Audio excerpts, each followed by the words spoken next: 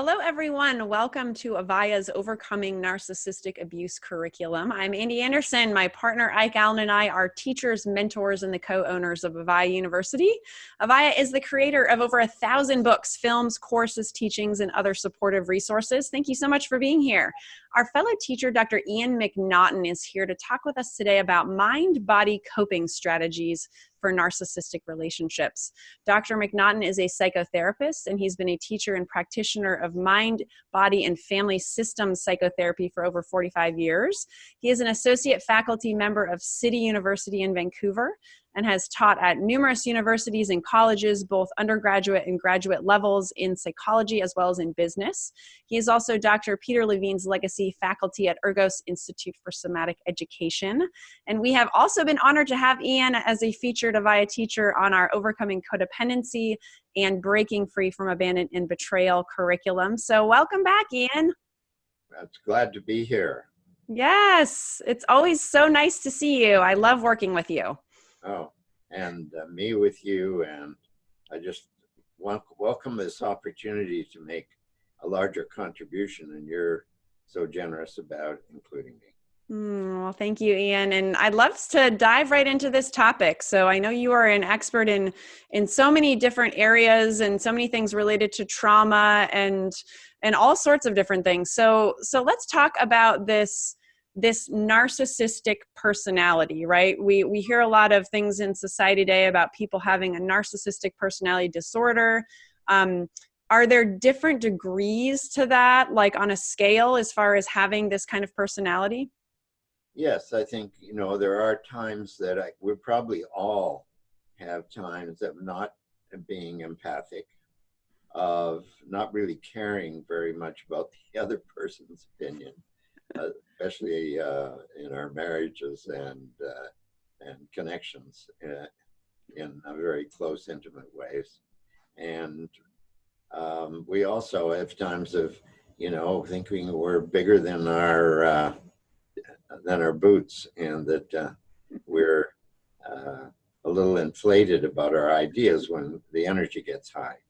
And certainly you see that with young kids in the first early years of, I can fly, I can jump off a building. I remember my stepson breaking his collarbone because he was up on a platform up the stairs, and he decided he could fly, so he just jumped off. But he found out the reality in a hard way.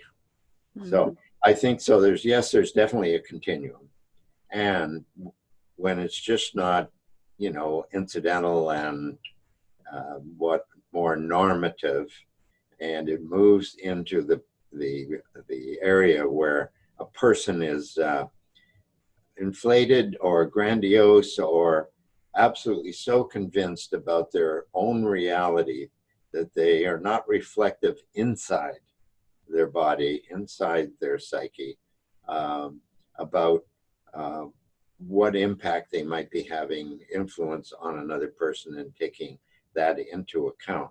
So when it gets to that extreme, you can be kind of, don't really like the word, but I'll say it this way, be seduced or influenced into, here's this amazing person who can seemingly is so confident and so sure about themselves. And I can remember in my younger years being kind of envious of a person like that, because I thought, oh my God, I'm just, I could do so much more if I just didn't care about all this. But thankfully, I didn't get to succumb too badly. So this capacity to look like you can do anything, and you believe in yourself, and you're not so influenced by what the environment presents you. Sometimes that will happen in leadership positions because the person looks like they're really, really capable, or in couples relationships where one person, usually it's the male, more typically, I think, in my experience, that is just so wonderful, but and then the couple gets together, and then the underneath part that's so fragile and empty starts to arise, and the person gets abusive and critical and angry and sort of gaslighting, saying, oh no, that wasn't the way it happened, you're wrong. And gradually it starts to influence the partner to start to not to believe in themselves and end up sliding into this victim uh, way. The worst is feeling you're sliding into a victim and you all think it's appropriate that you're actually not capable, you're not right. And certainly that happens in work, where you have to take care of yourself with a colleague or the boss, and not criticize, because if you do, you're going to be a target, because the ego cannot of these people cannot handle criticism. They just why is that? Hmm? Like, why is that? That's one thing that's really fascinating to me. And first of all, I love that you said that it's a spectrum. So, right, everyone watching right now, I'm assuming most people are coming here because they do have a relationship with someone who is more narcissistic, Yeah. or they have. However, at the same time, right, like I totally identify myself as someone who's much more codependent, but I also totally see narcissistic qualities. One of them being difficulty with criticism. So, like how, why is it that a more narcissistic person has trouble with that? Well, developmentally in their early years, they did not develop more of a core self, a sense of their own worth and goodness in a very centered and grounded way somatically. They may be operating in the world just looks fine, but when pressure comes, uh, uh, they, they, they can't handle it, because the later developmental structures look okay in terms of performance and being able to get things done and talk to other people. Certainly in a position of giving orders, but underneath it, the early developmental sequences of um, appropriately getting their needs met and being able to defer their needs, of their sense of autonomy, of a sense of self, and also being able to relate to the other person and have a mutually healthy back and forth relationship that doesn't have the codependency you're talking about. Mm-hmm. And that they can express their action in the world, but they are considering other people. Mm-hmm. And that doesn't develop well with in certain people. They just didn't get enough attachment, secure attachment, enough bonding with the caregiver, and they didn't get to develop this internal person. So what they did is they built up a persona,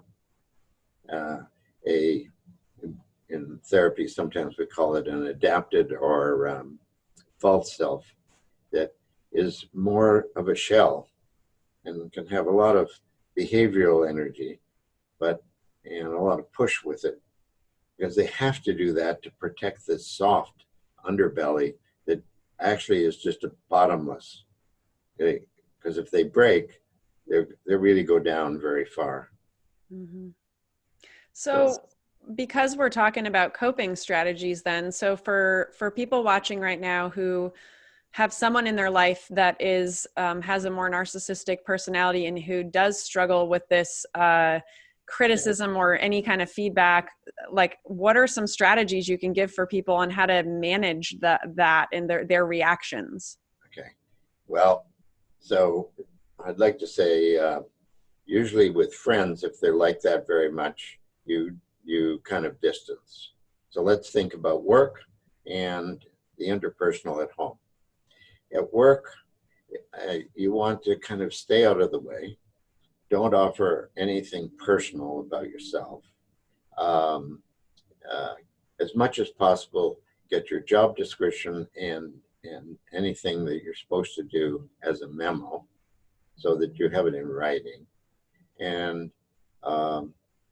also, I would say not really talk to other people at work too much about what this is like to be on the other end of it, because they may be having a strategy that if they get close to the so-called perpetrator, that they will get a raise or they'll get something else. So you be careful of triangles. Go outside to your network of friends and talk to them and ask them about coping strategies. Has anything like that happened in their life? And how did they handle it? Or did they know a friend? And how did that friend handle it? So as much as possible, keeping your head down, do your work, and keep a really good boundary and don't be personal, because that will get used against you. Mm-hmm. So there's a few others, but I mean, that's pretty well the main things. There's really realizing that you could start getting targeted as an incompetent employee when actually you're not. At home, that's tricky, especially when there's children involved. I think that's even worse because, you know, in some ways you start to realize that, wait a minute, this wonderful partner is not so wonderful. And actually, they basically are denying that they swore at you. They're denying that you that they pushed you. They're denying that they have a reactive pattern, because all of that would mean that somehow this wonderful person who can do anything and is right all the time is not correct, and they don't have a core identity to support that they can reflect and look at it. Now that's the extreme position, but there's a lot of people out there who are that. So what I tend to say is, first of all, if there's any violence, then, you know, that's you got to protect yourself and figure out how to either to get out or try, depending on the amount of reaction, that you could get some help outside. The person who's narcissist is not likely to want to join you at counseling or therapy because there's nothing wrong with them. It's you. So you have to get support outside. And also there's certain approaches that you can use to help develop more of a center and more of your grounding.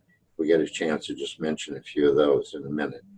But the biggest thing is to realize that you are not in a safe, more balanced back and forth relationship, whether you're married or not married or living with the person. I don't care. And these days we do a lot of things, and they're all what is norm for the society and I think for us. So it's not about categories like that. It's about this behavior that can happen repeatedly, or the person is extremely nice and sort of makes some kinds of amends, but the behavior continues. And typically I've seen that with women who really get chastised and treated poorly and beaten down emotionally, or actually get pushed or even hit. And then the person is very contrite, and then afterwards everything is smooth. And then the person thinks, oh, well, you know, if I only love them enough, or if only I try harder, or maybe I triggered him, right? Well, yeah, maybe he did something that triggered him, but he's got a trigger. Or if it's the woman, she's got a trigger, and that's their work, not your work. Right. And so they and you're starting to take it too personally, and then you start to slide down. So let's talk for a moment, Andy, if this seems right timing, to talk about what you can do to help resource yourself somatically, because we've been talking more about the analysis and behavioral ideas that you can cope with. But actually, you start to lose yourself physically, emotionally, somatically, you know. So one is just, if you're sitting down, putting your feet on the floor, or if you're cross-legged in a chair, that's fine too. But with the feet, just imagining that, you know, frogs can run up walls and all that kind of stuff. So they have suction cups. So I want you to imagine a suction cup in your feet, just to notice that. It might result in a very slight increase in the weight of your feet on the floor. And if in any way this feels uncomfortable, rather than comfortable and slightly better, because we're doing it very quickly, so I'm doing this technique and you can practice it afterwards. Or you can practice it when you feel a little thrown from your grounding, because we're working with grounding. So if in any way you feel a least bit uncomfortable because you're putting more tension into that or more blood flow into that part of the body, then instead of putting energy in, just think of stretching your feet out, and that will shift your resourcing, because that can happen for some people. And a lot of mind, body, and somatic practitioners do not appreciate that some people can't do yoga because it disturbs the balance for them of the resourcing and not so resourced muscles, and then that affects the psyche. So the same with this. If it doesn't feel too really good or just slightly good, then, you know, stretch it out. Okay, now the other way of resourcing and grounding is feeling your weight on the chair and imagining that actually you are, that chair is actually creating a resistance, or otherwise you'd fall on the floor. So I like this fantasy of the chair is pushing up against me right now. In a way, I notice subtly that I kind of let myself drop into the chair just a little bit more. That opens up the resourcing of the pelvic floor and the root chakra, for those of you that understand chakras. So, and just imagining you have your feet with suctions and or the stretching, and the same with this weight on the chair. And if introducing again that more weightedness, blood flow, if you will, more awareness of that part of your body feels in any way uncomfortable, just imagine lifting up from the chair. So each of us have certain muscle groups that, for one reason or other, developmentally or in life or with later traumas, lose some of their resilience, and they're what we call hypo-responsive to touch. In other words, they can't handle much extra energy. So that's why I'm saying if you pay more attention and you're introducing more awareness, in effect, you're making them a little slightly more aware. Sometimes if there's some hypomuscles, it will make you feel uncomfortable, and then we need to do the opposite. The other one is to just slowly rotate on your sit bones on the chair. Just first one way, and then the other. And again, if in any way it's uncomfortable, then you stop doing that and you kind of stretch out that area. usually I would do this much in an hour. And in workshops, sometimes it's even longer than that. So I'm giving you the capsule comment in for you to have an array of resources. Another thing you can do, and I'm almost doing it right now, is placing your hands like that, and then putting some resistance like that into your hands, your shoulders, your back, your lower arms, and your upper arms, and doing a little bit too much. In other words, I call that the athletic movement, and then doing too little, like as if you had your hands apart almost. That's more of that diffuse connection. One's more hyper-responsive, one's more hypo. And then find a zone in the middle. This may be difficult to do at this tempo of instruction, but just see if you can find in the middle something that feels right. And when that happens, you may want to connect to your back. But this can be helpful with containment. And it brings these muscles in as well. So you can feel it in the lateral side of your chest, of your thoracic area. So it's really important when you're with someone who's not treating you well to be able to have enough containment of your own feelings that you first don't spiral down and also react up, because that just feeding the fire. And somewhere between not getting depressed or angry and yelling and trying to defend yourself in an aggressive way is not going to work with these people. Mm-hmm. You have to protect yourself.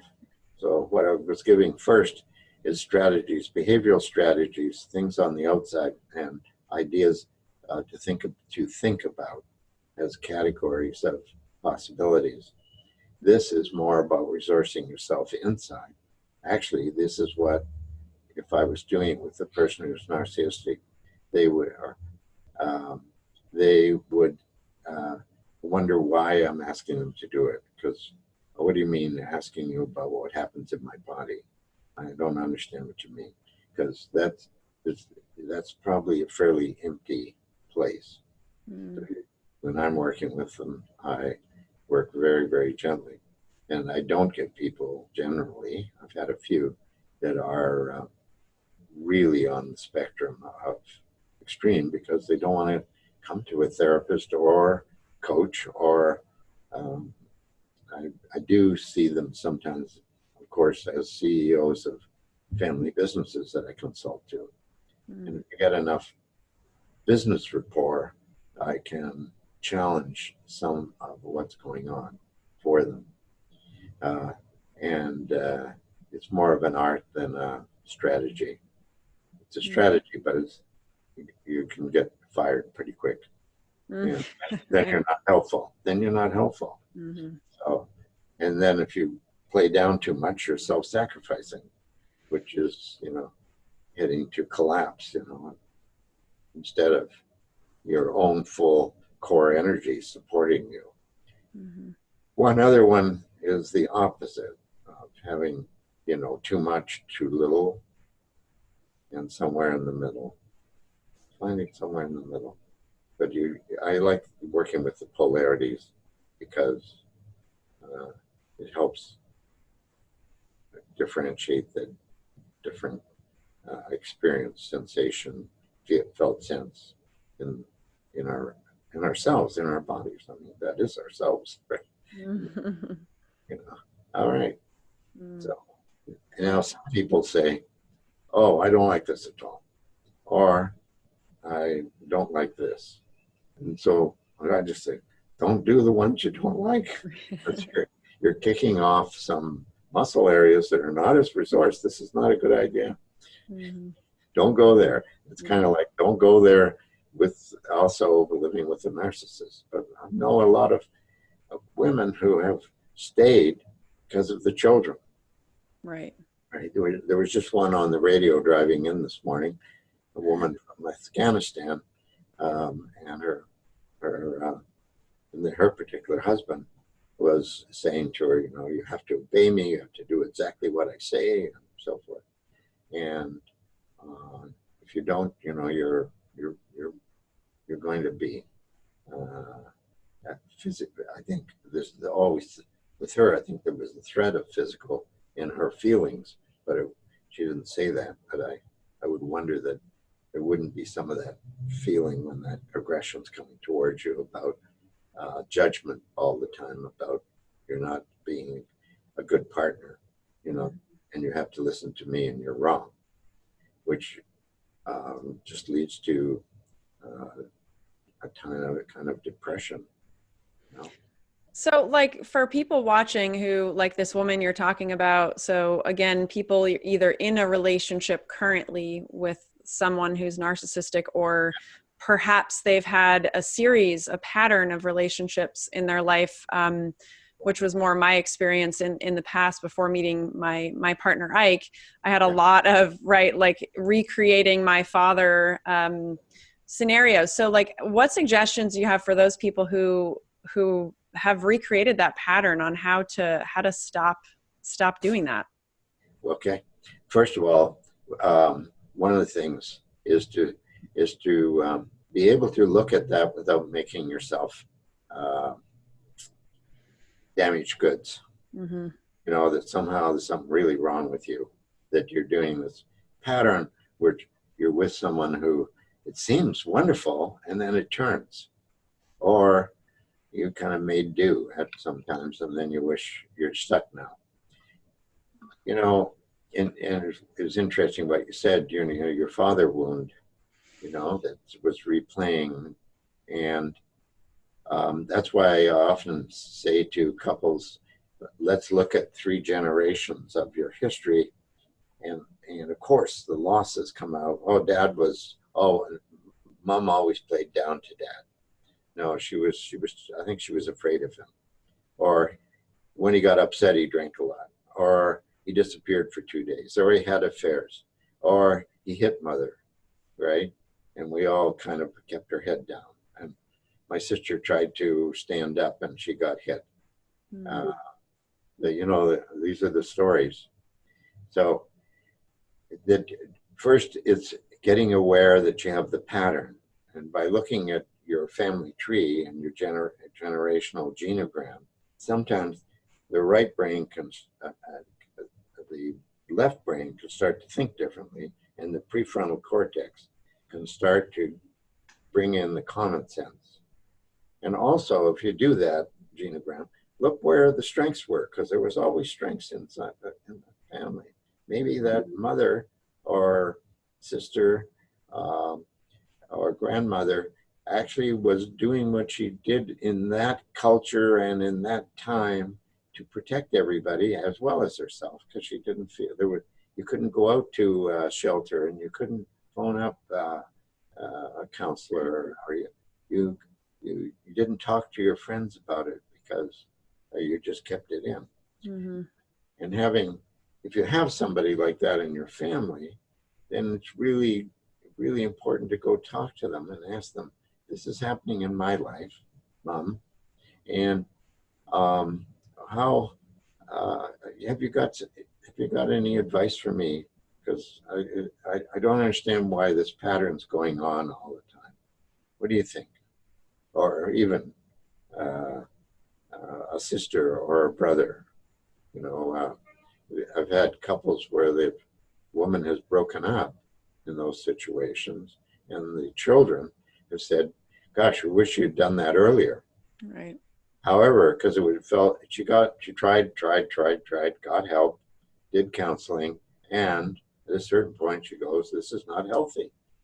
But with this pattern, it's so easy to decide that it's something about you.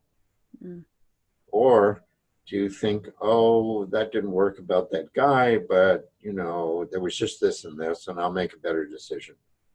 So you need some help, whether it's a really good woman friend even some good, healthy guys, or if you don't have much money, see if you can get very low cost counseling. Tell them you need help and how to think about it. And so I'm going to ask a personal question. How did you change it? You can say, oh, I got with, right? But something happened in you. You know, it's funny because I was so not aware of any of it until I met my partner, Ike, and because he really opened me up to my patterns, to personal development, to psychology. This world was not a part of my life until I met him 10 years ago. So it's an interesting question. How did it, Wonderful. Yeah. I mean, maybe like my guess is, because I really don't have an exact answer or no, but is that I think I just reached a point of being so sick of, there you are. of that pattern, that cycle, that like not loving myself enough to attract someone that would return the love. And I feel like I just had enough. That's kind of how it occurs to me. There it is. There it is. Yeah. And that's what I see. Get to a point where I've had it. This is enough. I've tried hard enough. I'm not doing this. I'm a good person. I'm lovable, and I deserve better. Yeah. Right. Mm-hmm. I remember I had a couple of marriages. One was only 1 year, and I've been with my wife Barbara for 34 years now. Woohoo! And I said to her, my stepdaughter, who's a lovely gal, I said, your mother's really quite mean. And she said, what? My mother's not mean. She's very loving, which is true. And she said, she's very loving. How can you say something like that about my mother? I said, well, no, very, very mean. Yeah, absolutely, very mean. Oh, she said, you're just impossible. I said, well, you want to, well, I'll tell you, I said, in other relationships, at a certain point, I just felt like I'm not getting the love I want.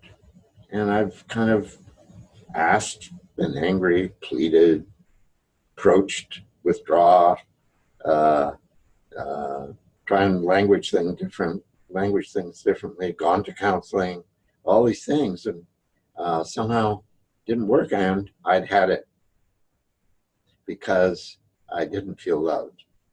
Now I said, your mother and I have done quite a bit of therapy, as you know. She said, yes. So I said, Adrian, the problem is, no matter how stressed we've been in our relationship together, and how at times I thought my wife is impossible, I don't currently. It's a very different stage. I love it. This is really nice. So I said, and when I was sure that she was wrong, and she's just not understanding me. I always felt loved. Excuse me. Mm-hmm. And I said, so no matter how wound up I was and in my difficult self, I still could not get away from the feeling that I was loved. I said, so in the other relationships, I lost the feeling I was loved. And then I left.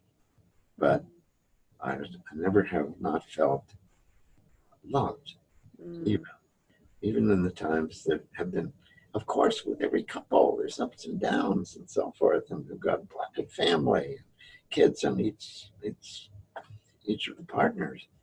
It's complicated. Right. Plus, I work very hard, and so it's hard because I enjoy work, and so I don't spend as much time with Barbara as she would like, and of course these days as I would like to, and there's been physical changes. Barbara's post-concussion from a car accident for 3 years, and all these changes that happen in our lives. But I still always felt loved, even if I could be irritated and annoyed and sad and feel a little down, or you know what I mean, I think. Eh? I do. Yeah. I mean, I think the beauty of when you do have a partnership where whether you're angry at one another or whatever, you know that you're loved and you're committed in that relationship, then yeah, it's a beautiful thing. It can, right, teach us so much about ourselves and about life and everything. And to have that companion, it's very important to me. So I mirror that for sure. Well, I think both of us are modeling for whoever's listening, and I'm sure there's a lot, that our lives have not been perfect. Mm-hmm. We've been with partners that didn't work for us. In some cases, people that were, in my case, inflated with themselves. So I was on the other side, but I was somehow strong enough to, over time, to let that person go to someone else, because I wasn't being a good partner at that point either, because it just wasn't harmonious enough. There's always a window of tolerance, a range that we can operate in, all of us. And the stress gets too high, then our prefrontal cortex goes off, and we're just down in our limbic system, and we don't have our common sense. And if we really get scared, we get down in the survival area. So and then if we get too worn down, we just don't have the core impulse in our body that brings us in and keeps us in relationship. So that's why I was thinking some of those psychomotor exercises, which come from European Denmark mind-body connection psychotherapy called body dynamic analysis. And if you wanted to know more about that, you could look at Body Dynamic USA, and they have some videos on there that can help you in terms of staying resourced yourself at any time, but certainly in more high stress situations like we're talking about at work and with your partner. Beautiful. Thank you. I love it. Thank you, Ian. So I want to make sure that we let everyone know a couple of things. First of all, let's talk a little bit about your book. So Ian, we're doing something a little different on this event, but Ian is giving away a couple of copies of this book, and I'll tell you a little bit about how you could get a copy. But could you share a little bit about what your book is for everybody? Oh, all right. Well, first of all, I only did 300 copies and self-published, and then did 1,200 total and self-published. I only did the 300 because I didn't think it would sell, and now it's gone for 10,000 copies. So, wow. So, which is a reasonably specialized book. Mind, body, breath, and consciousness. And it covers Gestalt therapy, family systems therapy,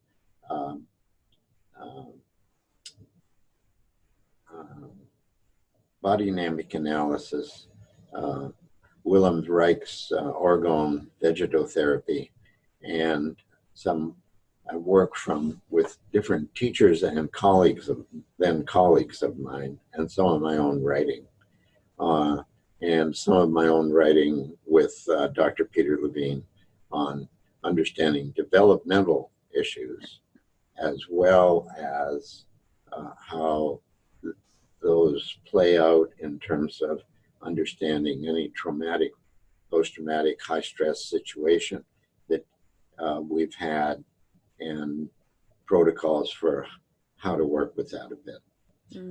Beautiful. On your own, I mean. So just by getting a good cognitive map. Some people need a real good cognitive map. Other people, they're not so interested in the cognitive map, they want the experience. So it does give you a good framework. It doesn't cover some other things like there's a system called the EMDR that I use, and some other systems, but that was written in '95, and it's still quite relevant and helpful. So you might find that is kind of on your bedside, and it's a good educational tool, and there's some practical information in that, Mm. for sure. Thank you. Thank you for doing that, and for, first of all, writing the book, and then giving away the 2 copies. So everyone watching or listening right now, we are going to do a drawing. So we have everybody who has registered to tune into this event, and we are going to do a random drawing to pick the 2 winners of the book, and then I will reach out to you and put you in touch with Ian to get that sent to you. So thank you for doing that, Ian. And are there any last insights? We've covered a lot of things, different topics as it relates to narcissistic relationships. Anything else that you want to add? Well, I think the one thing I wanted to say, and I'm hoping that you feel out there that Andy and I modeled it, and as we're all human beings, and we go through all sorts of stuff, and to keep being with that you are totally lovable, and to find that in yourself, and don't let anybody take it away. Thank you, Ian. Oh, leaves me with the chills. Thank you. Thanks for doing this again. Thank you. It's always a pleasure. It's always a pleasure too, Andy. And everyone who's watching and listening right now, thank you so much for showing up for yourself, for loving yourself, for being here with us today to learn this really important material. And we'll see you again real soon. Take care, everybody.